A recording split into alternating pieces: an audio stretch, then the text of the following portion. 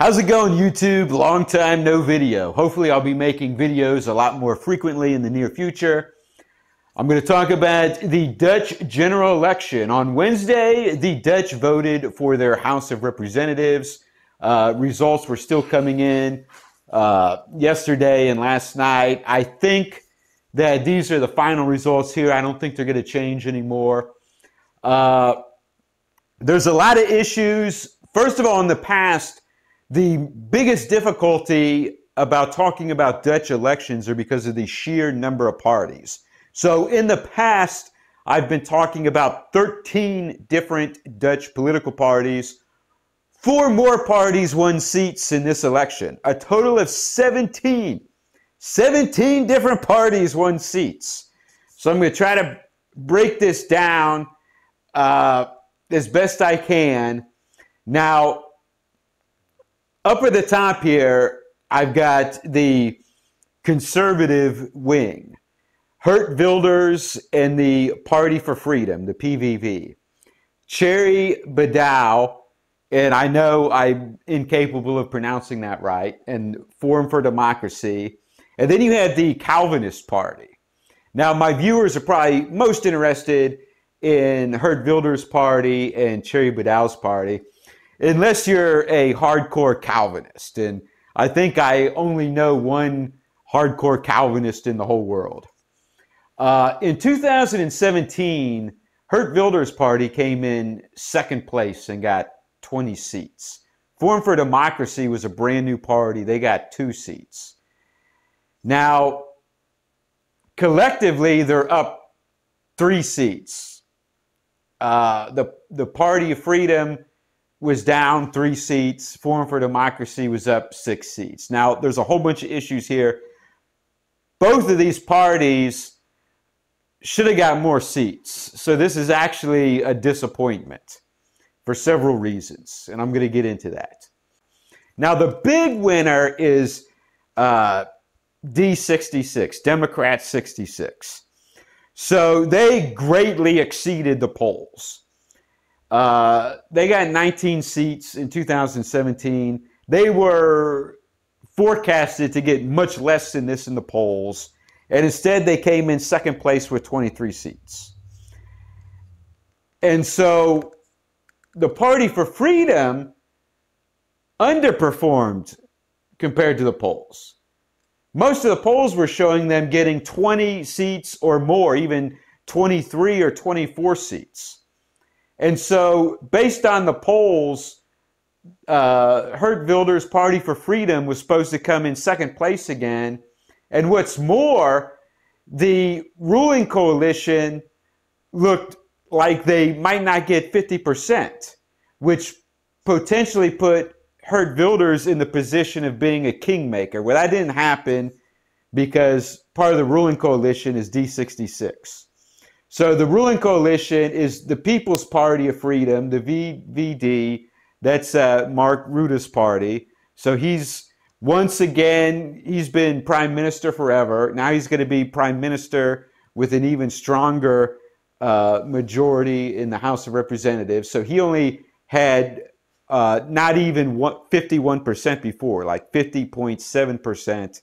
Now with the success of D66, because they're part of his coalition. So his coalition is the People's Party of Freedom, the Christian Democrats, the Christian Union, and D66. And so now they're going to have 52% of the House of Representatives. And so that eliminates the possibility of Geert Wilders becoming any kind of kingmaker. The other issue here is that Forum for Democracy, back in 2019, came in first place in 2 different elections. They came in first place in the Senate election, and then they came in first place in provincial elections, and they were doing phenomenal for a long time. Now, there was always this back and forth where Forum for Democracy would go up in popularity, and the Party of Freedom would go down in popularity, and back and forth. Now, to sum this up, the difference between these 2 parties is that the Party for Freedom is to some degree a one-man show around Geert Wilders, and to some degree it's a one-issue party. They oppose the Islamization of the Netherlands. Forum for Democracy is a much more conventional political party with a much broader range of issues. And when it comes to economic issues, economics plays second fiddle with the Party for Freedom. They're more interested in social issues. They're basically populist on economics, whereas Forum for Democracy would be like a more traditional center-right economic policy. Now, in the European Union, the Party of Freedom is part of Matteo Salvini's Identity and Democracy group. Forum for Democracy is part of the European Conservatives and Reformers. The Calvinist Party is also part of European Conservatives and Reformers. So the situation with Forum for Democracy is this. The media spent, all of 2020 beating up on them and attacking their youth group. Forum for Democracy probably has the biggest youth group of any political party in the Netherlands. They've got about 5,000 people. These are young activists that post on social media and make memes, and they've been a very significant part of the success of Forum for Democracy, where the media said, oh, the youth group is full of these young alt-right radicals that are posting all this extremist stuff on the internet. And of course, they kept citing this same Instagram account over and over, which was completely anonymous. No one even knows if an actual member of the youth group is even behind this particular Instagram account. Thierry Baudet said, don't respond to the media. We don't participate in trial by media. We'll conduct our own investigation and make our own decisions. Well, there was one woman in particular who's an elected official for Forum for Democracy. Her name is Annabelle Nninga. I'm probably saying that completely wrong. And she was at the forefront of relentlessly agitating against Thierry Baudet from the inside. And eventually things came to a head. Thierry Baudet refused to disavow the youth group, but he resigned as leader of the party. And Annabelle Nninga said, oh, that's not enough. Now you have to agree to be excluded from all candidate lists and all this. Basically, the guy that got all these other people elected, she wanted to completely shut out of the party. And he didn't agree to that. And then the next manufactured media scandal was that Thierry Baudet talked about IQ and how IQ is hereditary on WhatsApp.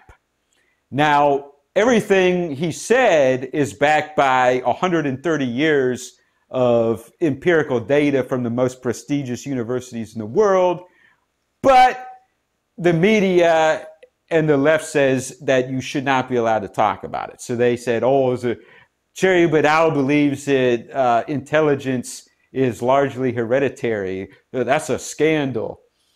And so what ended up happening is the party had a vote. After Thierry Baudet resigned, the party voted in favor of making him the leader again. And then a bunch of their elected officials created a splinter group. The splinter group, JA21, which got 3 seats. And of course, if it hadn't have been for the splinter group, instead of Forum for Democracy getting 8 seats and the splinter group getting 3 seats, they probably would have got some number much higher than 11. And what has happened is the people who broke away are a whole bunch of their elected officials. And this actually started back in 2019. So when Forum for Democracy came in first place in the Dutch Senate election, they got, I think, 12 seats in the 75-member Senate. And almost immediately, two of them formed a splinter group. They rode his coattail into the Senate. I mean, he was the guy that was popular and got everybody else elected into political positions. And now a bunch of other people have split off. Well, most of the rest of their elected senators have split off. So now, after coming in first place in the Senate election in 2019, most of their senators are all members of two different splinter groups. And these are people, like I said, they rode his coattail, they were opportunists, and this is very much just like the Blue Reform Party in Finland, where they split off from the True Finns, and the Blue Party in Germany. I forget the exact name. It's Blue. It might just be Blue Party, split off from Alternative for Germany. This is another Blue Reform splinter group of people who rode the coattail of someone else in the office, and now they like being in office because once you get into office, it's a very cozy, high-paying job where you don't actually have to do very much, and then they want to become part of the establishment. And suddenly, being an underdog maverick fighting the establishment is no longer their agenda. Now their agenda is to become part of the establishment so they can spend the rest of their life in office getting a bunch of money and doing very little for it. At least that's my personal take on the whole thing. And so the splinter group, I suspect, much like the Blue Party in Germany and Blue Reform in Finland, it won't go anywhere after this. And this will be the last seats they ever win. Now, some of the other, there's a Farmers Party that won a seat. Now, the Farmers Party, so I grouped them, I put this as the weak center-right. And so we've got the People's Party of Freedom, that's Mark Rutte's party, that's basically the ruling party of the Netherlands. The Christian Democrats, that's a very weak center-right party.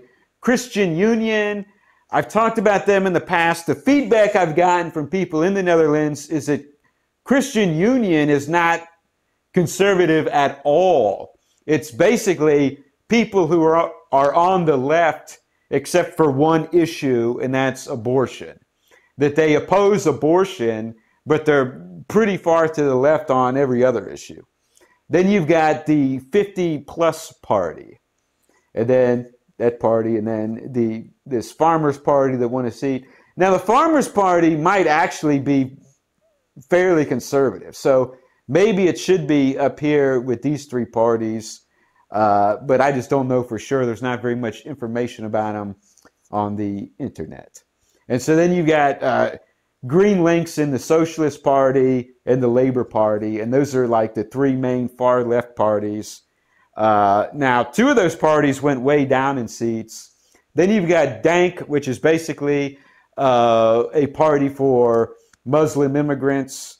Then you've got Volt, that's a new left-wing party. They call themselves progressives. And then you've got the Black Lives Matter Antifa party.